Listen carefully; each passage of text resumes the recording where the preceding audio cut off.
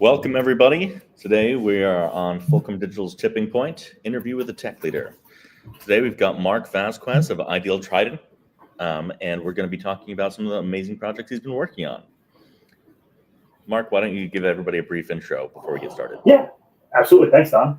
So I'm Marc Vasquez. I work for the Ideal Trident Group. We are a manufacturer of clamps and support products in many different industries. We're actually made up of a bunch of smaller companies that have come together to become this one awesome entity. And I've been doing e-commerce here now for about 10 years.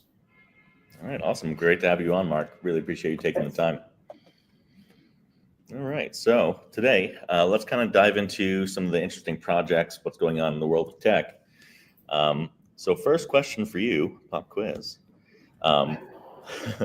What's one major technological shift you think will define the next 5 years? And how is your organization preparing for that? Yeah, absolutely. It's a great question. I think right now, obviously, everyone's answering AI. And I too agree that is really the major shift. We're seeing so much happen in that space. We all are every single day. And I think the true area that's going to be transformative is the agentic AI when it comes to shopping. Trying to build a website and do SEO and things, like you used to do 10 or 15 years ago, got you to the top of Google, is now no longer the playbook. And I think no one really knows the whole answer or understands it because each of the different models has their own kind of rubric in the background. And there's also just the unknown of the black box of AI. So I think it's going to be really interesting to see how agentic AI is implemented by different companies. I know it's something we're working on figuring out, how do we get ourselves in the GEO world, as a lot of people are calling it, or generative engine optimization, and also for shopping, because while we don't sell directly, we want to help our distributors be able to sell. And if all of a sudden their customers are going to go into an AI browser, which is what we're seeing next, is really going to change how they interact with that company, because there's no more product pages, there's no more checkout process. It's going to be simply searching for a part, and then next thing you know, you've got an order confirmation. So I think a lot of distributors are going to need to look into how that's going to impact them, and that's something we're looking to be able to support them with in their journey as well, so that we can help them do more business.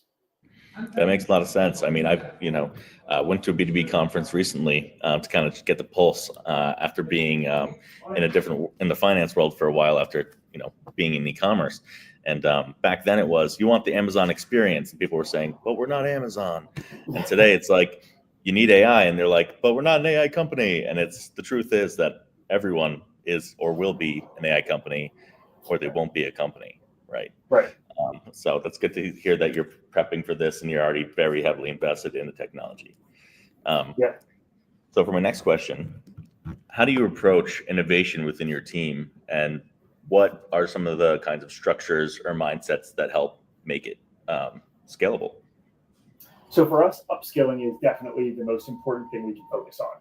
We need to be ensuring that we're learning about the new tools. We're staying on that bleeding edge as much as possible, because it is difficult. You go onto LinkedIn or some of these sites every day, and the AI world is completely upside down from yesterday. News comes out about a different model or about a new company pushing into the space or creating a browser specifically for AI. So definitely upskilling and attending conferences. Things like B2B Online are a really great way for us personally. I've also been to Fulcrum's, hosted a few things locally in the New York tri-state area. So having that connection to people is really important, because if you can talk to other people, whether if they're in a different industry, you're able to share ideas and knowledge and experiences of what's worked and what hasn't, because that's the way we're all going to get really good at this. And I think there's enough for everyone, because everyone's going to use AI in a different way. They're going to push the limits of something. And I think that's really what's going to be so cool, is you're going to see people come up with new ideas that weren't even a figment of an imagination 10 years ago in this space, on technology that doesn't require, more than what our cell phones have, which I think is the coolest thing. Seeing where we started, dial-up internet, I still remember those days. And looking to where we are now, people go crazy if ChatGPT is down for an hour and they can't figure out how to do anything. Right, exactly. And I know we've all run into those kinds of problems with something being down, but especially when something just recently premieres, right? It's going to be down the whole first day at this point, especially when it's something as innovative and groundbreaking, right? Well, and I think that's, part of being, making it scalable and being able to uh, pivot quickly is not relying on one sole model or one way of doing it. Absolutely. Too often we're seeing now, the next war is not going to be fought on the ground. It is cyber war, and we're seeing it already. We see attacks all over the world, things going offline. And we even just see, mistakes where an intern leaves a comma out and Cloudflare goes down for half a day. So, when it takes out 20% of the internet, it's a problem. And so being resilient and understanding how to use the different models, how to use different tools is really critical. And so that's what I instill in my team is making sure that they're reviewing the newest stuff, but also testing in different windows, testing in different models, and most importantly, being the human in the loop. That is the biggest thing is you cannot put this on autopilot and just copy and paste from it and run. It will not go well. And the other part is you cannot fix a business problem with AI. All you're going to do is speed up how much faster it fails. You have to have a clear understanding of what's going on in your business and what you're trying to solve for before you go to AI. Otherwise, you're just going to hit that wall really, really fast. Exactly. And I've seen some kind of interesting different ways. I think you and I were just talking about this Forbes article the other day about how different companies are introducing AI adoption and mandating it, before even people are allowed to pull the trigger on instituting it company-wide. And there's lots of different approaches to kind of that culture shift that you need before you implement something as advanced as this. And, between people being afraid it's going to replace them to not understanding it, like a lot of the B2B folk out there who are like, we don't need it. And then they finally see it and they're like, holy crap, this is the best thing since sliced bread. There's that adoption curve and a training curve, that you have to go through. But, go ahead. So coming from a B2C background and an IT background before that, B2B has been one of the most fascinating things for me to learn because we're a 100-year-old plus company. We've got from some very deep roots and heritage, both here in the States and in Europe. And I'm very proud of that, to be a part of a company that old and that has this knowledge and experience and depth of product.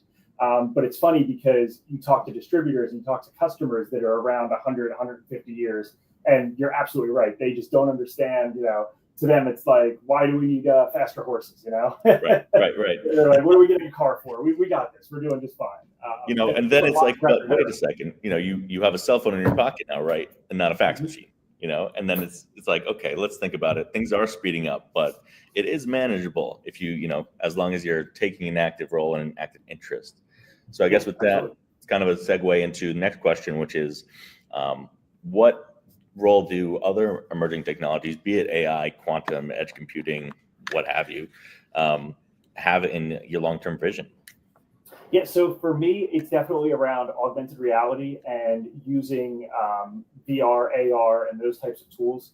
We sell tens of thousands of types of clamps, nuts, bolts, adapters, things that, the new workforce going out there may not have the knowledge of like what this clamp is or what thread is on this item. And finding a way to leverage AI and these tools to be able to say, hey, I'm going to take a picture of it and it's going to upload, it's going to correctly identify, it's going to give me my price, it's going to tell me the inventory.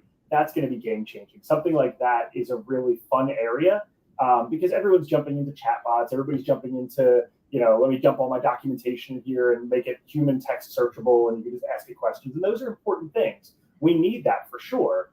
But coming up with something innovative that everyone else isn't doing is going to be the game changer for a lot of companies, I think. And those who get there first are definitely going to see the benefits and reap the rewards of it. Absolutely. It's about the speed to market for a lot of this stuff is how quickly can you get it implemented and functioning, highly functioning throughout the organization or even a specific business unit, right? So now we've talked about the here and now and, everything that you're working on and the, near future. I want to take a step back and just maybe kind of do a mixture of that. And how have, you seen the industry, especially for a company as old and storied as yours, taken shape and evolved since you started? Yeah, it's amazing to me how much we used to put up with even just 5 years ago with technology. You'd get an error message, there would be data missing, something might not be right on the page or it wouldn't load fully, and you had to make a phone call or reach out to somebody. And we were just used to that. We were like, okay, this is technology, it happens. We were still coming off of the Blockbuster days of like, hey, I got to remember to rewind that tape. So, it wasn't that big of a stretch for us. But now customer focus is so high. Their demand is so high that it has to function. It needs to be correct, and they need the information right the first time. They can't sit around, hoping that the inventory is right, hoping the price is right. They need a non-clunky interface, and they need it to be really straightforward and simple. So it's been interesting watching cottage industries pop up around that. We see it in search, obviously with the plethora of platforms out there and tools. But I think we're seeing that there's a lot around UI, UX, and making sure that you're giving the tools to the customers that they're asking for, not the ones you're sitting in the boardroom thinking of. I forget what product it was. Oh, it was a drywall product. I just saw somebody invented this. It looks like a badminton birdie, and you push it in, and it like expands out in these spider legs, and it's to patch drywall. And all the comments are like, you just took a $20 repair, maybe $1,000. Who in the boardroom with a pencil came up with this? Have they ever touched a piece of drywall? Like, it's one of those where, if you're not in the field, if you're not talking to the customers, if you're not on the front line necessarily, you don't always think of what they're actually struggling with. You might say, yeah, I think having price and availability front and center is important, and it is. But there may be something that they're doing every day that you don't even know about, that if you automate or change would absolutely change how they act as a customer towards you. And so that's really important too, I think. Agreed.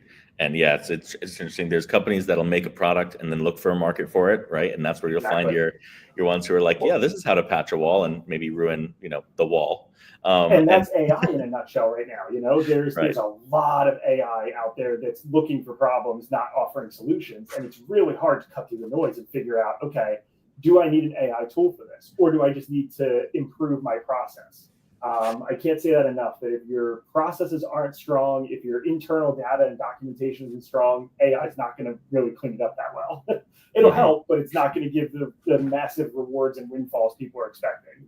Right. And I think in B2B, we're seeing a lot of that. Yeah, and that's the importance of human in the loop, right? If you're driving the car, right? Humans are still driving the car, at least for now, until Skynet takes over, right? But if you're driving the car off a cliff, AI is only going to help you so much, right? Yep. Well, it's funny. I just saw a Waymo article. A car was in a construction zone and got pulled over by a police officer because it didn't interpret the construction correctly. It actually drove into the oncoming lane. Oh, wow. And so the cop walks up to the window. He was surprisingly calm for it, but he was like, "You guys got to review the video because that could have been real bad." Holy. And yeah, That's a wild not to story. discourage anyone from trying this stuff, but it's a big deal out there. What we're doing on a small scale with agent portals and distributors and things like that versus what other companies are building with AI that's directly impacting our health, directly impacting our our world around us visually and physically. There's a lot of legality and ownership that needs to come about, because who's going to be at fault there? The guy sitting in the back seat's not going to be blamed. And then who's going to take the blame for that happening and potentially injuring someone? There's a whole world of legality coming in AI still. Yeah, well, thanks for having the perfect analogy and a recent use case for my metaphor. That was awesome. Well, Mark, it's been awesome having you on today for Tipping Point. I think we can wrap it up here. Ladies and gentlemen, anyone watching, if you would like to see meet Mark, get to learn a little bit more about his AI journey and story and Ideal Trident, you can join us on September 4th in New York City at the Times Center for Fulcrum Digital's annual tech event, Tech Exchange, Emerging Tech for the Intelligence Economy. It's been a pleasure having you on, Mark. Thank you for your time. Thanks so much. Appreciate it. Bye-bye.